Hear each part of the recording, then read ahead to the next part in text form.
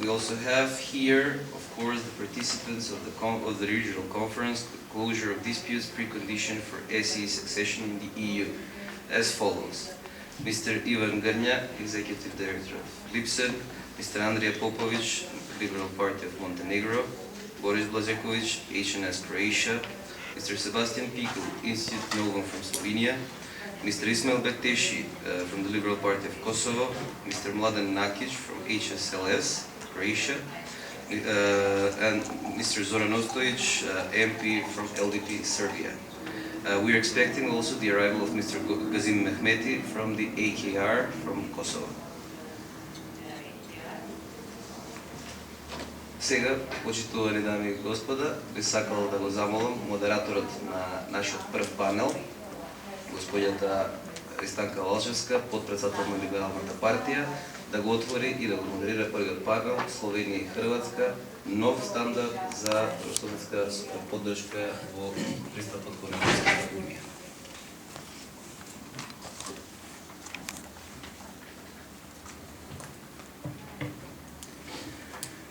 Почитувани присутни, дозволете најпрво да ви посакам добре дојдовте во Скопје, во Македонија, да ви посакам успешна дебата на денешната конференција, секако да се посакаме сите заедно, да извлечеме одредени заклучоци од оваа наша конференција, кои што на сите нас ќе ни бидат од корист.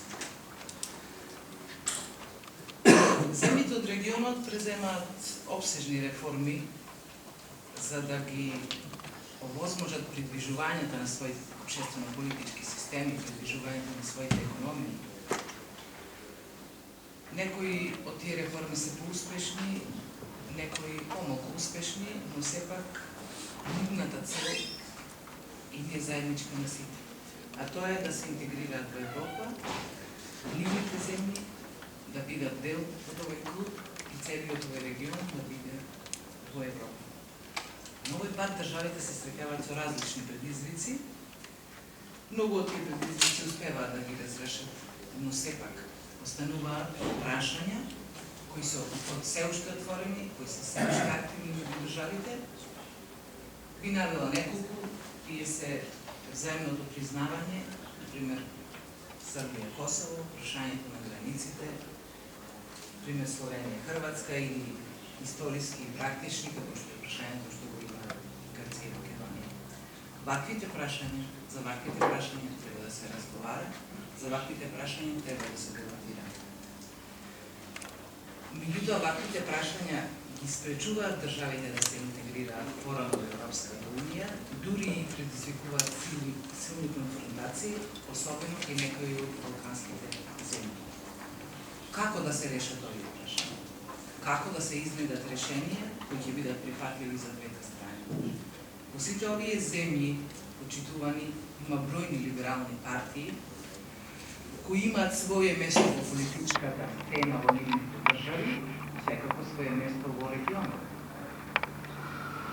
Сите тие либерални партии имаат свои можности, свои капацитети, кои мора да ги стават во функција во разрешување токму на ваквите прашања. Денешната конференција е можност да се споделат искуства, да се разговара за отворените можности, за пречките, за стравовите. А се со една цел, да се помогне, да се изнајдат решенија и овие спорови да се забијат. На денешниот прв панел сакале да слушнеме искуства, размислувања, обсервации за воведувањето на нов стандард во соседска поддршка во пристапот кон Европската унија. Затоа му давам збор на господинот Jelko Kacin, европратник, да ги сподели своите искуства и обсервации.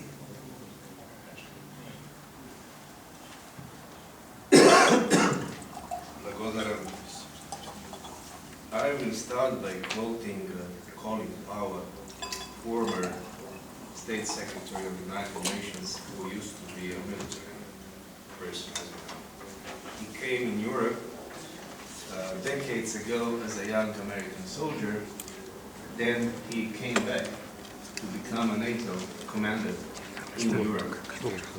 and then he after that became a chief of staff of American Armed Forces, and at the end of his political career he became a state secretary. A year ago we were discussing with him, and his experience, I believe, is very educative and affirmative. When he was a NATO Supreme Commander here in Europe, it was a period of Cold War. He was having next to his bed a picture of his family and his main enemy on the Russian side. It was very much the same in the office. So the perception of world was quite military. Our side, good side, and the other side, bad side. Me and the enemy. Myself, my forces, my troops, and my very best enemy on the other side. When he became a state secretary, the Cold War collapsed and enemies disappeared. He lost his best enemy. And his perception of the globe changed drastically.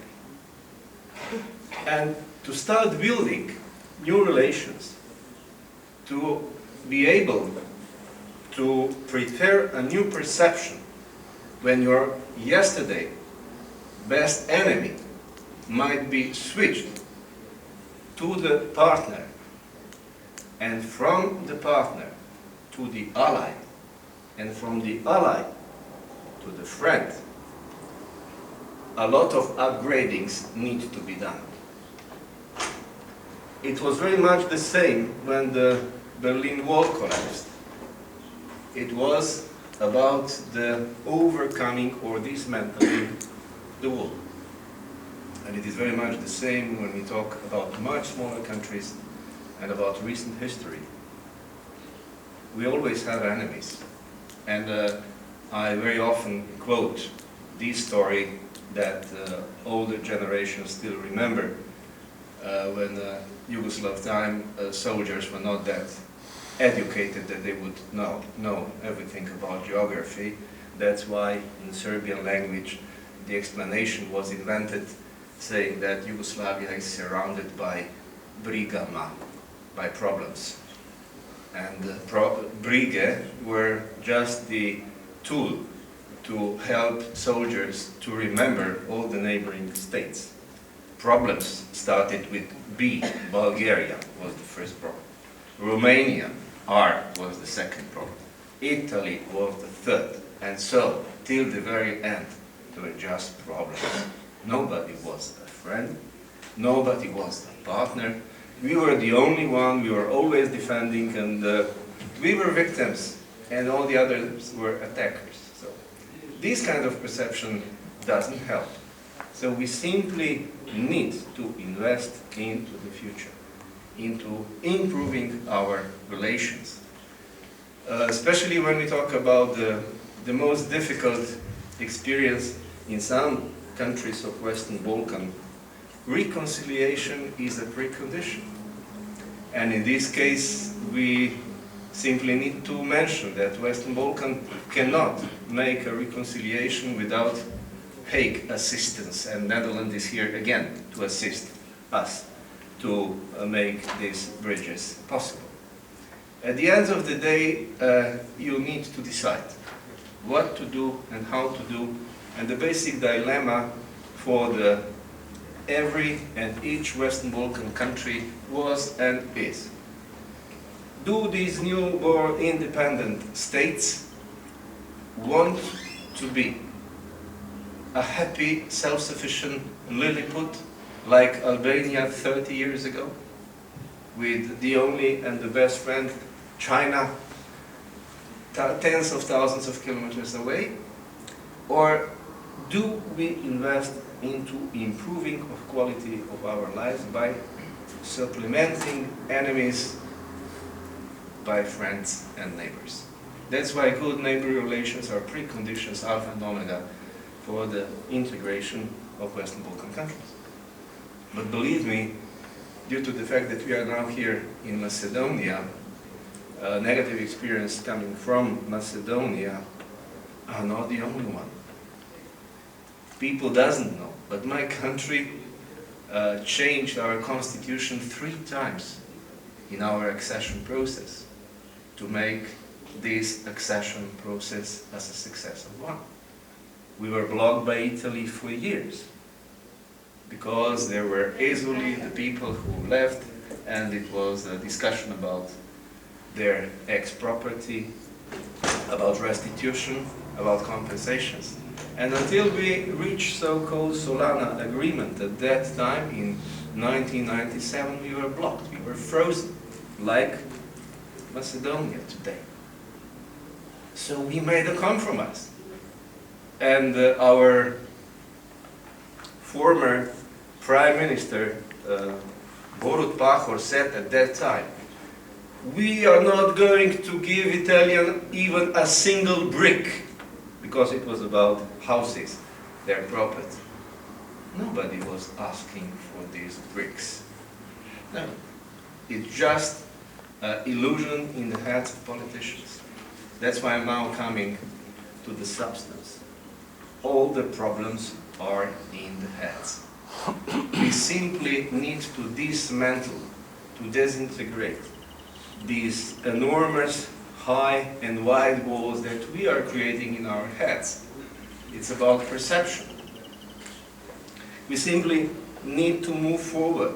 Unfortunately, tourism in space is not available yet, but I believe that every politician that would be launched into the space and would come back down would be immediately able to make compromises with the neighbors for the future of their nations and states. Because from above, everything looks so childish and so useless. We simply need to focus on the main problems. Of course, the title of our discussion is how we made it, and is it a way for the others? Yes, of course, but let me start by saying it was extremely difficult. At the end of the day, both political elites on both sides came to the final conclusion that there is no political elite on any side that would be able to survive any political compromise without having somebody who would share the burnings of that. So we can agree with my friend Ostrich what to do with Kosovo. But as soon as 2 of us say something like that, he and me, both of us will be politically dead.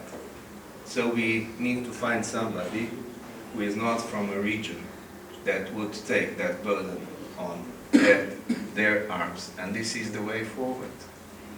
So somebody else needs to assist us. That's why it is time to say that we would not be brave enough to make a political compromise without assistance, a push, a kick, and whatever you want to use as an expression of European Union on one hand and United States on the other hand. Europe simply wants to delete problems because we have too many other challenges, and the Balkan needs to be overcome by something that would contribute to the stability and the prosperity of the European Union. We simply need to compete with our mega economies. Chinese and Indians are saying us that they can survive by 500 euros per capita per worker, but we are spending about 2,000 euros per capita. So they believe that the compromise is somewhere in between. They would like to get more and we should get less. But if you want to keep what we already have, and if you want to create something more, we simply need to focus on something else. We need to move forward. And the problems of the Balkans doesn't help EU to compete with the others. That's why we need to make a breakthrough. I will not talk anymore about Slovenia, neither about Croatia. I can answer some concrete questions. But I want to say something about Macedonia now. Macedonia is surrounded by problems. From the Skopje view or from the view of the present political elite, it's difficult to name any neighbor as a friend. Everybody is considered as a comme ci, comme ça, bigger or smaller problem. At least a challenge, but in a negative term. These simply need to be overcome. And to make compromise, to move forward, is the only way. I believe that in the heads of Macedonian politicians there is a desperate need to dismantle and disintegrate the new wall that was created in recent years. This wall is called Alexander Makedonsky the Great. This approach, inventing new history, is not productive. I don't want to participate in this kind of debate because my tribes came for the very first time in the Western Balkan in the 8th century. It seems that Macedonian tribes came here long time before, so I'm not capable to participate in this debate. But despite that, I simply believe that we need to spend much more time for the future, and that the time for the past will always be. But for the time being, we need a breakthrough. We don't need candidate countries in the Western Balkan that are not in position to get a date and to start negotiations for 6 years. That's why I'm talking as the Vice President of Delegation for Relations with Southeast of Europe and as a rapporteur for Serbia. We will do our best to assist Montenegro to get a date this year and to start negotiations as soon as possible, because this will be extremely beneficial for all direct neighboring states, including Croatia, who is practically already in. This will be very beneficial. And we will do our best to give the status of the candidate country for Serbia, the biggest country in the region, because this will be extremely fruitful for all the neighbors, those who are already in, those who are almost in, and those who are even not candidate countries, including and especially for Kosovo. And I believe that it will be also a very clear message for Macedonian political elite to invest much more to find a solution on the name issue. But the name issue in Macedonia case is just an exclusion, how can I say, excuse not to deal with other problems. As soon as this problem will be solved, then everything will become transparent, and then Macedonia will be confronted with organized crime and corruption, with the problem of human rights, with the problem of medias, and so on and so on. That is why every year that is lost on this way is a great burden with enormous collateral damage for the region, for the European Union, for the European continent as well. That's why I believe it is our duty to discuss, to create new opportunities to overcome the present situation and to be much more future-oriented. This is the task and the mission of the liberals in Western Balkan. Thank you.